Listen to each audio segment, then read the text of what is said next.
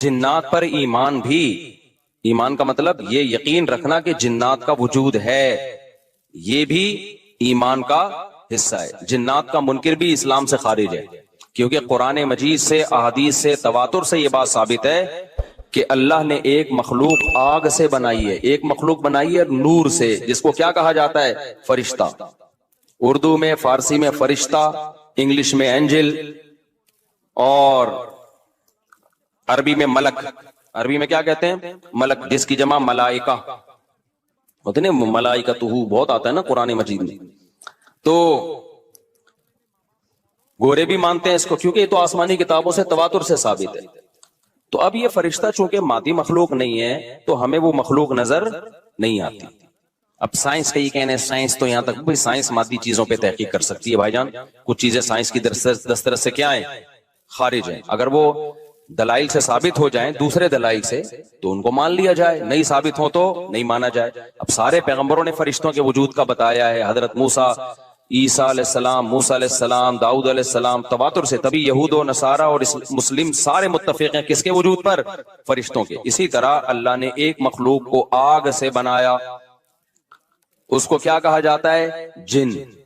چونکہ وہ انسانوں سے چھپی ہوئی ہے اس لیے اس کو کیا کہا جاتا ہے؟ جن۔ جن چھپی ہوئی چیز کو کہتے ہیں۔ مجنون کسے کہتے ہیں؟ جس کی عقل چھپی ہوئی ہو، پردہ پڑ گیا ہو، دیوانہ ہو گیا ہو۔ جنین اس بچے کو کہتے ہیں جو ماں کے پیٹ میں ہو، وہ بھی چھپا ہوا ہوتا ہے نا۔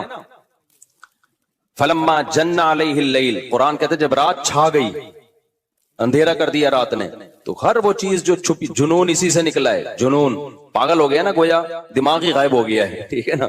تو ہر وہ چیز جو چھپی ہوئی ہوتی ہے نا، اس میں جیم ڈبل نون والا مادہ پایا جاتا ہے۔ تو جن کو بھی جن اس لیے کہتے ہیں کہ وہ ہوتا ہے لیکن نظر بولو نہیں آتا۔ تو اس کے بارے میں ہمارا عقیدہ کیا ہے جو اسلام نے ہمیں بتایا ہے؟ بھائی جنات بھی مکلف ہیں اعمال کے، ان میں اچھے بھی ہوتے ہیں اور ان میں برے بھی ہوتے ہیں۔ البتہ شیطان ایک ایسا جن ہے جو برا ہے، ہر جن برا نہیں ہوتا، لیکن شیطان ایک برا جن تھا جو اڑ گیا تھا نا، وہ پھڈے ماضی میں لگا تھا اور قیامت تک اڑا ہی رہے گا، اس کی نسل بھی ایسا ہی ہے۔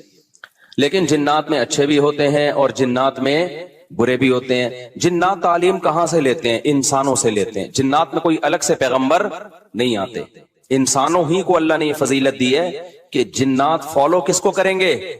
انسانوں۔ تبھی جتنے مذہب انسانوں میں ہے نا، اتنے ہی مذہب کس میں ہے؟ جن اگر میرا بیان سنتے ہیں تو 20 رکعت تراویح کے قائل ہو جاتے ہیں، کسی اہل حدیث کا بیان سنیں گے تو 8 کے قائل ہو جاتے ہیں، جہلم والی سرکار کا بیان سنیں گے تو جنوں کی بیویاں عدالت سے جا کے ان کی عدالتوں سے خلا لے رہی ہوتی ہیں کہ وہ شوہر جن شوہر دینے پر راضی نہیں ہوتا۔ وہ سارے جھگڑے جو انسانوں میں ہے نا، جن میں ہو سکتا ہے کچھ 4 شادیاں کرتے ہوں جو میرا بیان سنتے اور پٹ بھی رہے ہوں جنیوں سے، چڑیلوں سے، اور جن میں ایسے بھی ہوں گے جو 1 کے قائل ہوں گے۔ تو جتنے، مجھے نہیں پتا جنات کو 4 کی اجازت ہے کہ 1 کی ہے، یہ کچھ مسائل ہو سکتا ہے جنات کی ہم سے ڈیفرنٹ ہوں، لیکن بہرحال تو حدیث سے ہمیں یہ پتا چلتا ہے بھائی ایک مخلوق ہے جسے کیا کہا جاتا ہے؟ جن کہا جاتا ہے۔ وہ ہے، اس کا وجود ہے، اور چونکہ وہ ہو سکتا ہے یہاں بھی کچھ جنات بیٹھے ہوئے ہوں۔ اگر وہ آپ کہیں وہ بیٹھے ہوئے کیوں؟ بھائی وہ کھڑے ہو گئے تو سب آپ لیٹے ہوئے ہوں گے پھر یہاں پہ، اس لیے ان کو بیٹھے ہی رہنے دو۔ میں اکثر چٹکلا سناتا ہوں نا، وہ پرانا ہو گیا لیکن کیا کریں، ایک آدمی کو کسی نے بتایا یہ فلیٹ پرانا ہے، خالی ہے، یہاں جنات ہیں، ادھر نہیں جانا، وہ فنٹر بنا ہوا ہے۔ میں چل جن کی ایسی کی تیسی گیا، بیل بجائی، بندہ باہر نکلا نا، اب الٹے پاؤں اس کے آنکھیں گول گول، تو پھر بھی اس میں بڑا کانفیڈنٹ نہیں نا، اس نے کہا کوئی ڈرتا ورتا نہیں بھائی صاحب، آپ میں نے سنا یہاں کوئی جنات ہیں؟ تو وہ کہتا ہے میں تو 500 سال سے لہ رہا ہوں، مجھے تو اب تک کوئی جن نظر۔ اس نے کہا لے بھائی یہی جن ہے بھائی، 500 سال سے رہ رہے کم، سمجھ رہے ہو؟ اچھا، تو جنات کی پیدائش انسانوں سے پہلے ہوئی ہے اور جنات کی تعداد بھی انسانوں سے زیادہ، کیونکہ قرآن میں ہے قد استکثرتم من الانس، اے جنات تمہاری تعداد تو انسانوں سے بھی زیادہ ہے۔ تو پتہ چلا جنات انسانوں سے بھی زیادہ ہے۔